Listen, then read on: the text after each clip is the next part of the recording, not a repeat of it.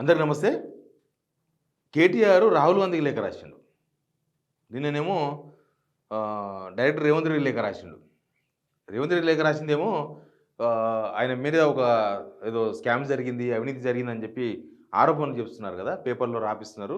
ఈ పేపర్‌లో రాసుడెందుకు డైరెక్ట్ అసెంబ్లీలో చర్చ పెట్టని ఓపెన్ లెటర్ రాసిండు రేవంత్ రెడ్డికి.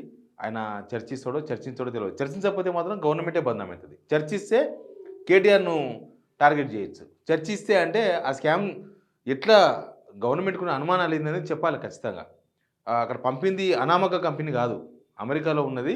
అది వరల్డ్ ఛాంపియన్‌షిప్ నిర్వహించే ఒక కంపెనీ. అన్ని దేశాలు పోటీ పడుతుంటాయి దాంతో మాట్లాడనీకి. కాబట్టి అది అనామక కంపెనీ కాదు. ఆ డబ్బులు గురించి క్లారిటీ ఇస్తే జనాలకు అర్థమవుతది. అప్పుడు గవర్నమెంట్ చేసింది కరెక్టే అనిపిస్తది. లేకపోతే అవతలోళ్ళు చెప్పిందే కరెక్ట్ అనిపిస్తది. అది ఒక విషయం. ఇప్పుడు రాహుల్ గాంధీకి లేఖ రాసిండు. రాహుల్ గాంధీకి ఏమేమి లేఖ రాసిండంటే I write to you today behalf of the people of Telangana to seek answers. Telangana జనము కొన్ని ఆన్సర్స్ మీ దగ్గర నుంచి కొన్ని ఆన్సర్స్ కావాలని కోరుకుంటున్నారు. డబల్ స్టాండర్డ్ అదాని విషయంలో డబల్ స్టాండర్డ్ వ్యవహరిస్తున్నారు మీరు అనేది ఈ లేఖ సారాంశంగా నాకు అర్థమైంది. While you and your party leaders across the country boasts of fighting against Gautam Adani and prime minister Narendra Modi, the actions of your party chief minister Telangana Revanth Reddy tell and entirely different story.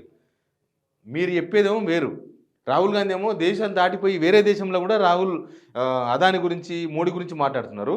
కానీ తెలంగాణలో వేరే జరుగుతున్నది. Telangana Pradesh Congress committee has announced ఏ చలో Raj Bhavan programme on December 18th as a part of All India Congress Committee nationwide campaign against the corruption of Gautam Adani and the union government. However, while your party is busy showcasing as so-called crusade against Adani, your own party chief minister Telangana has been rolling out on red carpet for the Adani group.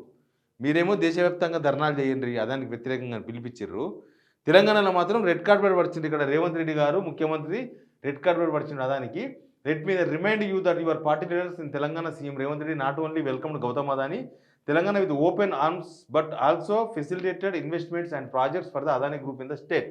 అదే agreement చేసుకున్నారు.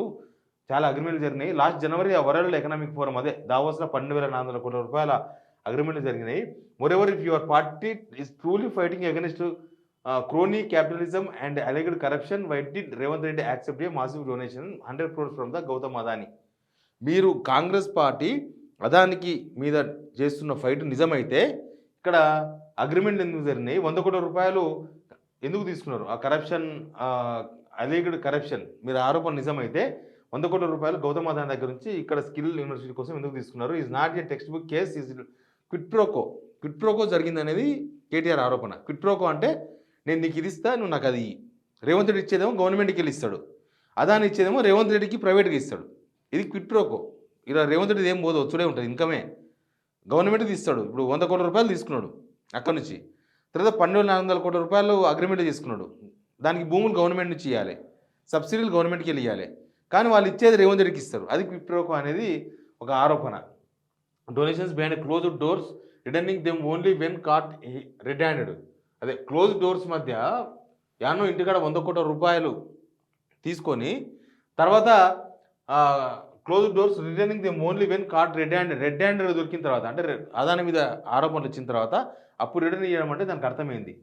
ఇక దానికి సంబంధించిన మొత్తం రాహుల్ గాంధీ స్పందిస్తాడు. ఆయన one hand your call Adani a symbol of corruption and says is Modi's crony capitalist. On the other hand your chief minister the ministers of Telangana embraces the same Adani with open arms. అదే అంటున్నారు, మీరేమో ఫైట్ చేస్తున్నారు, ఇడనేమో ఓపెన్గా స్వాగతాలు పలుకుతున్నారు, అగ్రిమెంట్లు చేసుకుంటున్నారు, వాళ్ళ కోసం భూములు కేటాయిస్తున్నారు, భూములు ఇస్తున్నారు, వాళ్ళ దగ్గర నుంచి విరాళాలు తీసుకుంటున్నారు. ఇక్కడనేమో ఫ్రెండ్షిప్ నడుస్తుంది. మీ దగ్గర ఏంది ఈ డబుల్ స్టాండర్డ్కు ఎవరు ఆన్సర్ ఇస్తారు? Your party cannot continue the political farce.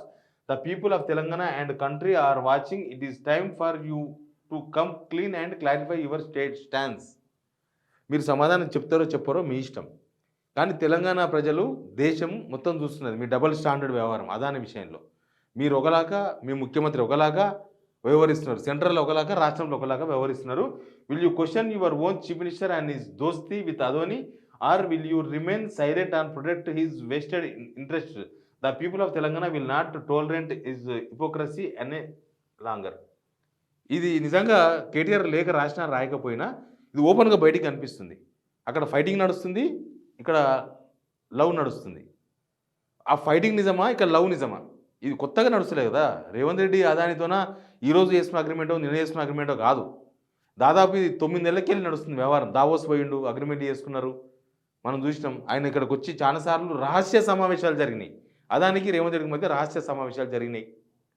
Minister Ponguleti Srinivasa Reddy ఇంట్లో ఈడీ రైట్స్ అయితే అదాని సెటరేట్ చేసిండు. ఇది అదానితో ఒక సీక్రెట్ మీటింగ్ జరిగిందని అది ఓపెన్‌గా ఆయనే ఒప్పుకున్నాడు. అవును కలిసినాం. ఏదో లిఫ్ట్ కాడ కలిసినామని చెప్పిండు గానీ అబద్ధం గానీ కలిసింది నిజం. అది ఓపెనే. ₹100,00,00,000 ఓపెన్‌గా తీసుకున్నారు. ఓపెన్‌గా రిఫండ్ చేసినామని చెప్పిర్రు. ఇచ్చిర్రో లేదో తెలవదు. అగ్రీమెంట్లు క్యాన్సెల్ చేయమంటే లేదు చేయలేమన్నారు. ఇప్పటికి అదానితో దోస్తాను నడుస్తాంది. మరి ఏం జరుగుతున్నట్టు దీని లెక్క? అసలు దీని వెనుక ఏం జరిగింది? క్విడ్ ప్రోకో ఏం జరిగిందో తేల్చమంటున్నాడు. దీనికి రేవంత్ రెడ్డి అదాన్ని దోస్తాను చేస్తుండు. రాహుల్ గాంధీ విమర్శిస్తుండు. కాబట్టి దీనికి కాంగ్రెస్ డ్యూయల్ స్టాండే ఉంది. దీనికి క్లారిటీ ఇవ్వాలి. వీళ్ళు ఈడీ, సీబీఐ విషయంలో కూడా అట్లే డబుల్ స్టాండర్డే ఉంటారు. ఈడీ, సీబీఐ విషయంలో సోనియా గాంధీ, రాహుల్ గాంధీ మీద కేసు బుక్ చేస్తేనేమో ఇది కక్షపూరిత చర్య అంటారు.